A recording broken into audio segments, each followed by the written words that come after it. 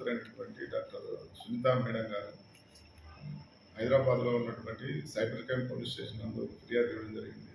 So ఏమంటే ఈ వర్ర రవీంద్ర రెడ్డి అతను ప్లస్ ఆమెను భయపెట్టే విధంగా కొంచెం అసభ్యకరంగా ఒక ఫేస్బుక్లో లింక్ అప్లోడ్ చేసినట్టు అది వచ్చేసి ఆమె షర్మిల మేడంతో పాటు 29/1/2024 ఇరుకులపై వచ్చినప్పుడు మేడం గారి యొక్క శ్రేయోభిలాషులు ఎవరో ఒక సెల్ ఫోన్లో ఒక ఫేస్బుక్ లింక్ పంపేసి ఈ విధంగా ఫేస్బుక్ అసభ్యకరంగా అప్లోడ్ చేయడం చెప్పేసి దాని మీద చూపించడం జరిగింది. సో ఆమె చూసి ఆమె బాధపడి హైదరాబాద్లో ఉన్నటువంటి సైబర్ క్రైమ్ పోలీస్ స్టేషన్లో కంప్లైంట్ ఇవ్వడం జరిగింది.